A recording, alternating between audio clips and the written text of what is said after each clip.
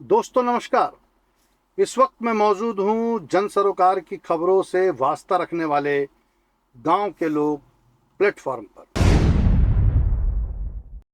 दोस्तों, हमने अपने पिछले 2-3 वीडियो में ये साफ तौर पर बताया था कि कैसे छत्तीसगढ़ जो है वो अपराध का गढ़ बनता जा रहा है।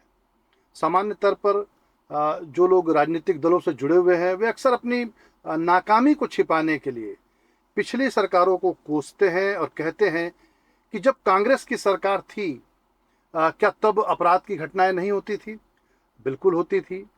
हकीकत तो यह है कि अपराध की घटनाएं हर शासन काल में होती है, लेकिन महत्वपूर्ण बात यह है कि उस पर किसी सरकार का नियंत्रण कैसे होता है, अंकुश कैसे लगता है।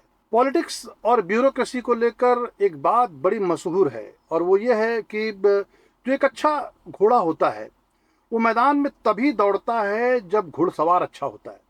यदि कोई राजनेता यानी कि घुड़सवार दमदार है तो वह घोड़ों बनाम नौकरशाहों की सवारी ठीक ठाक ढंग से कर लेता है, यानी घोड़ों को ठीक ठाक ढंग से दौड़ा सकता है।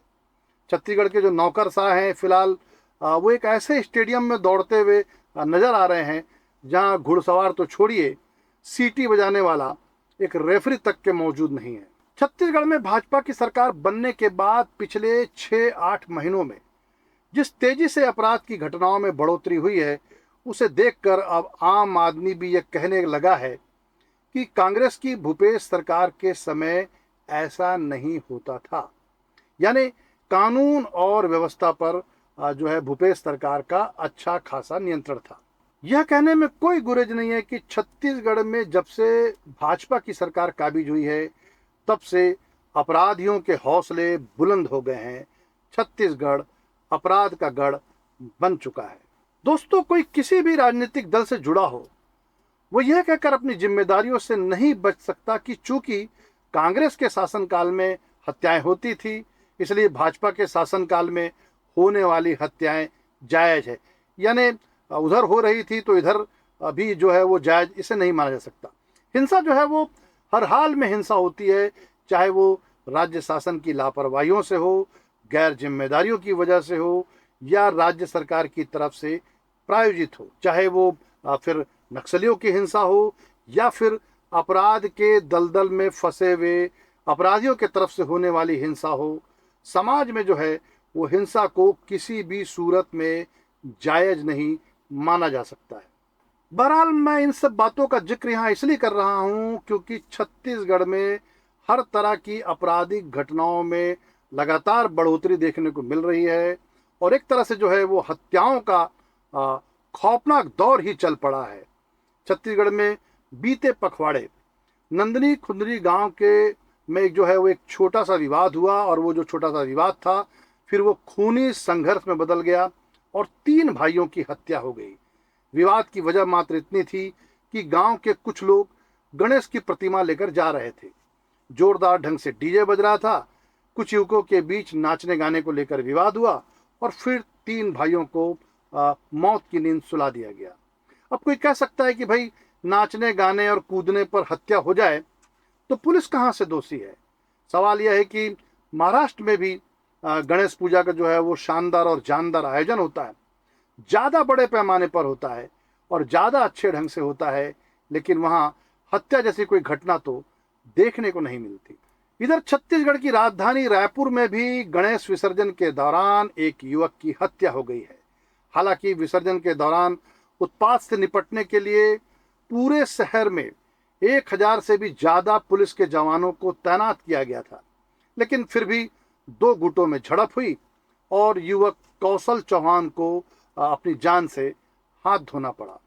छत्तीसगढ़ के बलौदा बाजार इलाके में जहां पर कलेक्टर कार्यालय में एक बड़ी आगजनी की घटना हुई थी पिछले दिनों, उसी क्षेत्र के कसडोल के एक गांव है छरछेद में बीते दिनों वहां पर टोना टोटका के नाम पर या शक पर कह सकते हैं एक ही परिवार के 4 लोगों की हत्या कर दी गई। ठीक इसी से मिलती जुलती एक घटना जो है वो बस्तर के सुकमा क्षेत्र में भी देखने को मिली, जब एक ही परिवार के 5 लोगों को पीट पीट करके मार डाला गया। इस मामले में भी टोना टोटका का जो है वो शक जताया गया। छत्तीसगढ़ का जो सरगुजा है वह भी एक आदिवासी बहुल इलाका है। यहाँ के सीतापुर इलाके में राजमिस्त्री का काम करने वाले एक युवक संदीप लकड़ा की भी एक ठेकेदार ने हत्या कर दी है। इस मामले में भी हाल फिलहाल छत्तीसगढ़ की जो राजनीति है वो गरमाई हुई है। दोस्तों, हाल के दिनों में जो सबसे बड़ी घटना हुई है वह जो है वो भारतीय जनता पार्टी की गृह मंत्री विजय शर्मा के जो गृह जिला है कवर्धा, उस इलाके में हुई है। कुछ समय पहले कवर्धा के रेंगाखार इलाके के लोहारी डी गांव के रहने वाले कचरू साव का जो एक शव है वो पेड़ पे लटकते हुए मिला था। गांव वालों को शक हुआ कि कचरू की हत्या के पीछे गांव के उप सरपंच रघुनाथ साहू का ही हाथ है। ग्रामीणों ने रघुनाथ साहू के घर को आग के हवाले कर दिया और इस घटना में रघुनाथ साहू की भी जो है मौत हो गई। पुलिस ने इस मामले में कई लोगों को गिरफ्तार किया, जिसमें प्रशांत साहू नाम का एक युवक भी था जो गृह मंत्री विजय शर्मा का करीबी बताया जाता था।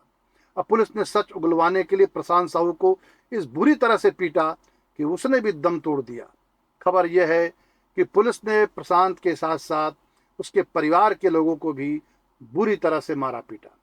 घटना के बाद से पूरे इलाके में तनाव की स्थिति कायम है। गांव को छावनी में तब्दील कर दिया गया है। घटना के बाद जो है वो प्रदेश के पूर्व मुख्यमंत्री भूपेश बघेल ने एक्स हैंडल पर एक वीडियो जारी किया है और लिखा है कि छत्तीसगढ़ में कानून और व्यवस्था का अंतिम संस्कार हो चुका है। मैं क्या करूं दाई, मला काय नंगी करके मारे आज बेटा रेंगा नहीं सका आज दोला कैसे जीला छोड़ी नुई बेटा तो दाई के कदा के रे परेशान मोर गरीब के पुतू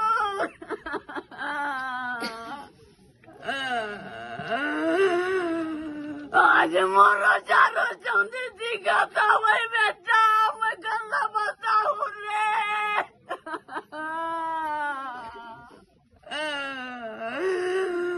आज तो धन संपत्ति ला मैं कुकुर नहीं खावेगा आज बेटा, हम तो खड़े हैं आज बेटा। दोस्तों, बात केवल कानून और व्यवस्था की ही नहीं है। छत्तीसगढ़ के मंत्रियों पर भी पैसे के लेन देन को लेकर सीधे आरोप लग रहे हैं। छत्तीसगढ़ के राजस्व मंत्री हैं टंकराम वर्मा। उन पर किसी राजनेता ने नहीं बल्कि एक तहसीलदार नीलमणि दुबे ने आरोप लगाया कि उनके विभाग में जितने लोगों का ट्रांसफर हो रहा है, तबादला हो रहा है, सबसे पैसे लिए जा रहे हैं। बहरहाल मंत्री जी से तो भाजपा के किसी बड़े नेता ने जवाब तलब किया नहीं, कोई ऐसी सफाई सामने देखने को मिली नहीं। अलबत्ता जिस तहसीलदार ने आरोप लगाया था नीलमणि दुबे ने, उन्हें जरूर निलंबित कर दिया गया है। दोस्तों, हमने अपने पिछले वीडियो में बताया था कि कैसे एक स्कूल की छात्राओं ने जब जिला शिक्षा अधिकारी से मुलाकात की और शिक्षकों की मांग की तो उन्हें जेल भेजने की धमकी दी गई। इसी तरह बिलासपुर इलाके की एक महिला तहसीलदार ने भी छात्राओं को जेल भेजने के लिए धमकाया। इधर छत्तीसगढ़ में शिक्षा जगत से जुड़ी हुई एक और बड़ी घटना प्रकाश में आई है। प्रदेश का जो पाठ्य पुस्तक निगम है वह हर साल बच्चों के लिए किताबें छापता है, विशेषकर जो बच्चे सरकारी स्कूल में पढ़ते हैं उनके लिए। तो पाठ्य पुस्तक निगम ने 2024 और 25 के लिए जो शिक्षा सत्र है उनके लिए जिन किताबों को छापा वो सभी किताबें बच्चों के हाथ में पहुंचने के बजाय एक प्राइवेट पेपर मिल में पहुंच गई और कबाड़ में पहुंच गई। जी हाँ, कबाड़ में पहुंच गई।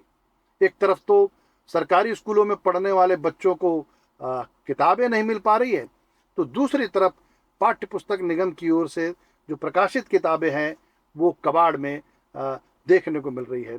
इससे समझा जा सकता है कि छत्तीसगढ़ में शिक्षा की कैसी दशा दिशा है, शिक्षा का यहाँ पर क्या हाल है।